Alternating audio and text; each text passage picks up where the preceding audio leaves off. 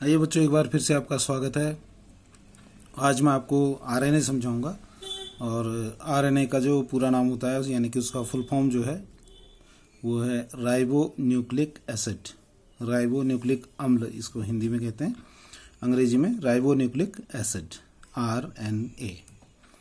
तो आरएनए जो होता है, आरएनए भी बिल्कुल जैसे आपका डीएनए होता है उसी तरीके का होता है, लेकिन अंतर यह है कि आरएनए सिंगल हेलिकल स्ट्रक्चर होता है और डीएनए डबल हेलिकल। उसमें दो हेलिक्स एक दूसरे के साथ लिपटे हुए रहते हैं और आरएनए सिंगल हेलिक्स होता है, इसमें दो हेलिक्स नहीं होते हैं। और दूसरा बहुत इंपॉर्टेंट जो अंतर इसमें है, जो आपको याद रखना चाहिए, वो है इनमें जो नाइट्रोजन क्षारक होते हैं। नाइट्रोजन क्षारक यानी कि जो डीएनए होता है उसमें होते हैं एडेनिन, ग्वानिन, साइटोसिन और थाइमीन। उसमें थाइमीन होता है, जबकि आरएनए में यू फॉर यूरेसिल होता है। यह अंतर होता है, यानी कि डीएनए में एडेनिन, ग्वानिन, साइटोसिन और थाइमीन नाइट्रोजन क्षारक पाए जाते हैं, जबकि जो आरएनए होता है, आरएनए में एडेनिन, ग्वानिन, साइटोसिन और यूरेसिल यानी कि थाइमीन की जगह पे इसमें यूरेसिल पाया जाता है। यह आपको याद रखना चाहिए, ठीक है। और बाकी संरचना इसकी भी वही फॉस्फोरिक अम्ल और राइबोज शुगर और नाइट्रोजन क्षारक से मिलकर ही बनती हैं, जैसे आपका डीएनए है। और आरएनए जो होता है ये कुछ विषाणुओं में आनुवंशिक पदार्थ के रूप में पाया जाता है। बिल्कुल आनुवंशिक पदार्थ ही होता है यह, और जो कि सूचना को एक स्थान से दूसरे स्थान पर ले जाने का काम करता है, अपने में स्टोर करता है, या फिर ये एक स्थान से दूसरे स्थान में ले जाने में हेल्प करता है। इसको आरएनए कहते हैं। अब हम आरएनए की बात करें तो आरएनए जो होते हैं वो तीन प्रकार के होते हैं। आरएनए तीन प्रकार के होते हैं। पहला है मैसेंजर आरएनए, संदेशवाहक आरएनए कहते हैं। संदेशवाहक क्योंकि संदेश ले जाने का काम करता है, इंग्लिश में मैसेंजर आरएनए। दूसरा होता है ट्रांसफर आरएनए, टीआरएनए कहते हैं इसको, ट्रांसफर आरएनए। और तीसरा होता है राइबोसोम आरएनए या राइबोसोमल आरएनए, आरआरएनए। तो तीनों को नाम से ये आपका small M for messenger RNA, M for messenger RNA, T for transfer RNA, ये आरएनए, और ये T for transfer, transfer RNA, और ये आर फॉर राइबोसोमल और आरएनए राइबोसोमल आरएनए, ठीक है। अब मैं आपको समझाऊंगा एमआरएनए। सबसे पहले मैंने आपको बताया कि एमआरएनए, टीआरएनए और आरआरएनए तीन प्रकार के होते हैं। तो एमआरएनए क्या होता है? एमआरएनए की संरचना कुछ इस तरीके की होती है। ये एक सिंगल हेलिक्स है ये एक सिंगल हेलिक्स है, जो मैं पहले आपको बता चुका हूँ। सबसे पहले इसमें नॉन कोडिंग रीजन होता है, यहाँ कोई कोड नहीं होते हैं, जेनेटिक कोड। और इसके बाद एक्सॉन है, फिर इंट्रॉन है, फिर एक्सॉन है, फिर एंट्रॉन है, फिर एक्सॉन है, फिर लास्ट में नॉन कोडिंग रीजन है, ठीक है। फ्रंट और लास्ट में नॉन कोडिंग रीजन, बीच में एक्सॉन और इंट्रॉन। असल में जो एक्सॉन है ये कोडिंग रीजन होते हैं, ठीक है। और जो इंट्रॉन है ये नॉन कोडिंग, ये जो है आपके प्रोटीन संश्लेषण में पार्टिसिपेट नहीं करता है। इंट्रॉन वाला पोर्शन प्रोटीन सिंथेसिस में आपका एक्सॉन, एक्सॉन 2, एक्सॉन 3 ये आपके प्रोटीन को बनाने में हेल्प करते हैं। जबकि इंट्रॉन और दोनों इंट्रॉन जो हैं, ये इंट्रॉन जो होते हैं ये नाइट्रोजन, ये आपके प्रोटीन संश्लेषण में कोई कार्य नहीं करते हैं। अतः इसमें एक स्प्लाइसिंग एंजाइम होता है, स्प्लाइसिंग एंजाइम के द्वारा इन इंट्रॉन्स को हटा दिया जाता है। अब जब इंट्रॉन्स को हटा देंगे तो फिर ये स्प्लाइसिंग एंजाइम क्या करता है, इन दोनों इंट्रॉन्स को हटा देता है। अब हमारे पास जो नया एमआरएनए बन जाता है वो कुछ इस तरीके की संरचना बनती है। ये एक्सॉन 1 आ गया, फिर इंट्रॉन हट गया, फिर एक्सॉन 2 आ जाएगा, फिर इसके बाद इंट्रॉन था वो हट गया, फिर एक्सॉन 3 आ गया। ये 1, 2, 3 आपको खाली समझाने के लिए नाम दिया गया है। और फिर लास्ट में नॉन कोडिंग रीजन। और नॉन कोडिंग रीजन के बाद एक पोर्शन और होता है। अब इधर जो है ये, इसको हम बोलते हैं 5 कैप, यानी कि 2 एंड होते हैं इसमें भी, एक 5 एंड और एक 3 एंड, ठीक है।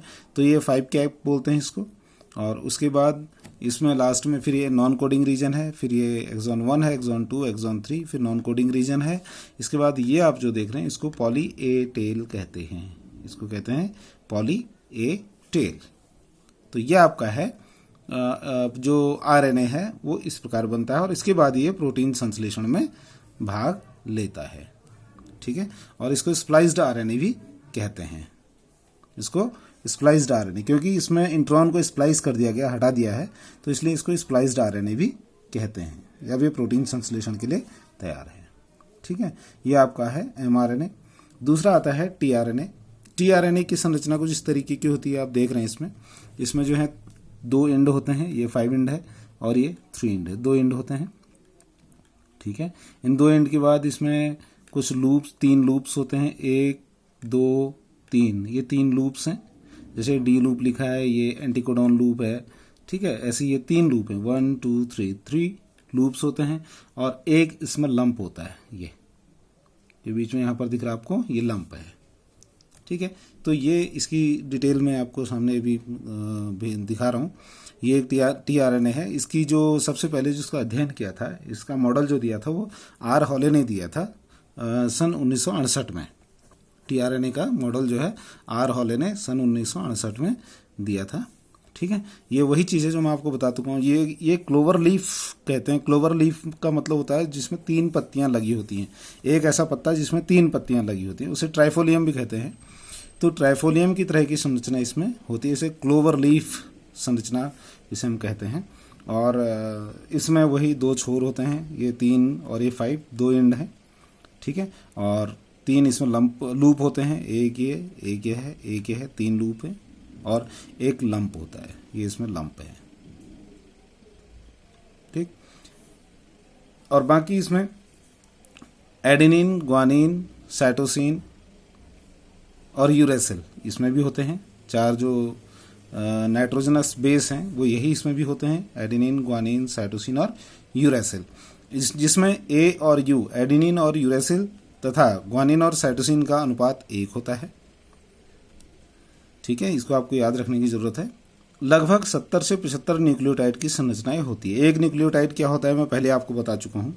एक न्यूक्लियोटाइड जो है वो आपका फॉस्फोरिक एसिड हो गया, आपके नाइट्रोजनस बेस हो गया और शुगर से मिलकर बनता है। तो ऐसे ही इसमें लगभग 70 से 75 न्यूक्लियोटाइड्स पाए जाते हैं। ठीक है, इसमें जो क्षारक हैं, क्षारक इसमें adenine, uracil, adenine, guanine, cytosine और यूरेसिल पाए जाते हैं। इसके अतिरिक्त इनमें कुछ अन्य क्षारक भी पाए जाते हैं जो असामान्य क्षारक होते हैं, जैसे कि इनोसिन हो गया, स्यूडोयूरिडीन हो गया और डाइहाइड्रोयूरिडीन हो गया। ये इसके अतिरिक्त मतलब अन्य भी इसमें क्षारक कुछ पाए जाते हैं। ठीक हो गया। इसमें जो 5 एंड होता है, 5 एंड जो है जी से समाप्त होता है और 3 एंड जो है ए संरचना से समाप्त होता है। 5 एंड में जी और 3 एंड में ए से यह समाप्त होता है। यह हर टीआरएनए में एक जैसा ही होता है। यह अनुक्रम जो है यही रहता है इनका। ठीक है, और CCA जो क्षारक क्रम है ये अयुग्मित होता है, मतलब ये किसी के साथ जुड़े नहीं। जैसे C, G ये आपस में एक दूसरे से जुड़े हुए हैं, लेकिन जो CCA है, 3 एंड का CCA है, ये किसी के साथ कोई जोड़ा ये नहीं बनाता है, ये अयुग्मित होते हैं। और इसका लगभग 80% भाग जो होता है वो द्विकुंडलित होता है। जैसे कि आपको ये दिख रहा है, ये यहाँ पर भी डबल हेलिकल है, यहाँ पर भी डबल हेलिकल है, यहाँ भी डबल हेलिक्स दिख रहा है, यहाँ भी डबल हेलिक्स दिख रहा है। तो ये लगभग सब मिलाकर इसको लगभग 80% भाग जो होता है वो डबल हेलिकल स्ट्रक्चर होता है। तो ये है एक टीआरएनए।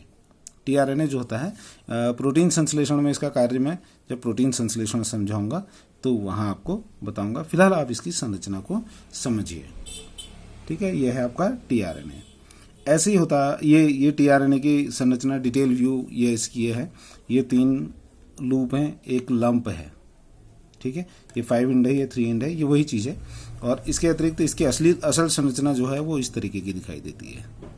ये एंटीकोडोन रीजन है, यहाँ पर इसमें ये एंटीकोडोन रीजन है। ठीक, एंटीकोडोन रीजन, ये 3 जो यहाँ पे एंटीकोडोन रीजन यहाँ निकले हुए हैं, इसमें कोड्स होते हैं। आगे समझ। तो ये है जो ये संरचना है टीआरएनए की। ठीक है, इसके अतिरिक्त जो तीसरा है वो है आरआरएनए यानी कि राइबोसोमल आरएनए। राइबोसोमल आरएनए बहुत ही सिंपल होता है, इसमें कुछ भी नहीं होता है, कुछ इस तरीके की संरचना होती है। इसको हेयरपिन मॉडल भी कहते हैं। टीजियर्स तथा वॉटसन ने सन 1958 को ये आरएनए की संरचना को देखा। और आपको बता दूं कि यह जो है आरआरएनए कहलाता है और यह राइबोसोम के निर्माण में भाग लेता है। ये इसका इंपॉर्टेंट पॉइंट है कि आरएनए जो होता है, आरआरएनए यानी कि राइबोसोमल आरएनए जो होता है वो राइबोसोम के निर्माण में भाग लेता है। ठीक है। और राइबोसोम का लगभग 65% भाग, राइबोसोम का लगभग 65% भाग जो है वो आरआरएनए बनाता है। ये आपको ध्यान रखना है। आगे समझे? तो ये है एक श्रृंखला किसकी, आरआरएनए की, जो आपको याद रखना है।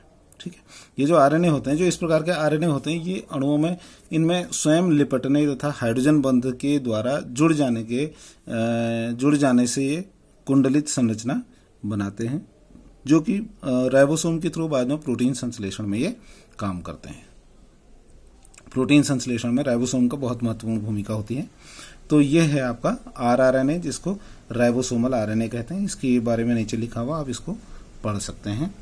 तो आज इतना ही। आपको मैंने आरएनए समझाया, राइबो न्यूक्लिक एसिड आरएनए, और नेक्स्ट टॉपिक में फिर आपको और चीज़ें समझाऊंगा। तो इसको आप पढ़िए, बहुत ध्यान दीजिए, बहुत इंपॉर्टेंट है। Thank you.